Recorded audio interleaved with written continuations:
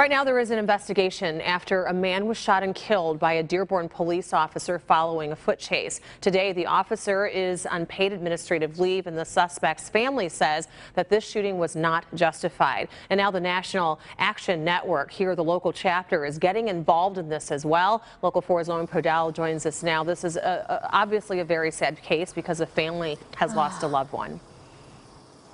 This was certainly a very emotional morning, Rhonda. We are live outside of the King Solomon Baptist Church on Detroit's west side, and that's where Kevin Matthews' family gathered together with the National Action Network to speak out about what happened to their loved one. There were tears, there were high emotions, and most of all, there were questions.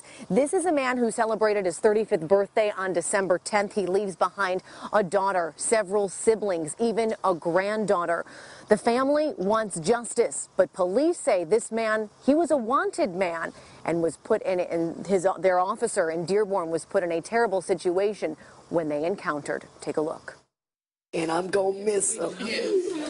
I'm going to miss my child.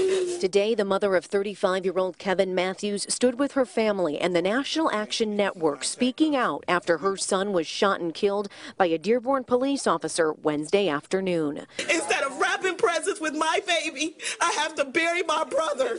That's what I get for Christmas. They shot him like a dog. Like a dog. According to Dearborn police, an officer spotted Matthews near Tireman and Greenfield around 12:30. He was wanted on a probation violation warrant, and police say he was involved in some type of robbery in Dearborn earlier that day. When the officer approached Matthews, he took off on foot. The officer chased him into Detroit. Police say there was a struggle between the two. That's when the officer shot Matthews. Local 4 spoke with Dearborn Police Chief Ron Haddad at the scene. There appears to be a struggle that took place over the officer's gun. Several shots were fired. The family says Kevin was shot multiple times, a shooting they're calling unjustified because Matthews was unarmed and suffering from mental illness. He was my closest sibling. We were very close.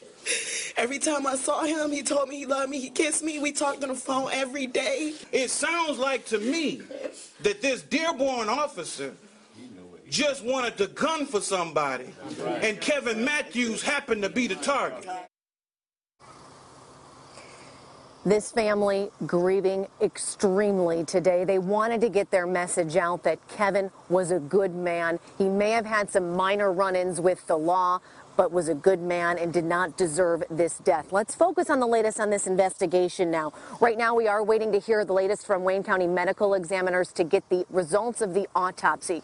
We do know right now that he was fatally shot, according to police, but the key part to this investigation is just how many times was he shot. Rhonda, as you mentioned, that Dearborn officer whose name is not being released at this hour is on paid administrative leave while this investigation is pending. Michigan State Police and Detroit Police Homicide Task Force, they are the groups that are in charge of this investigation. I just got off the phone moments ago with Dearborn Police Chief Ron Haddad, who says they are cooperating to the fullest along with that officer. And of course, this investigation being taken very seriously while this family is going through so much grieving. Reporting live from Detroit's west side, Lauren Podell. Rhonda, back to you. All right, Lauren, thank you. And of course, we'll continue to follow the investigation as it relates to this case as well. In the meantime,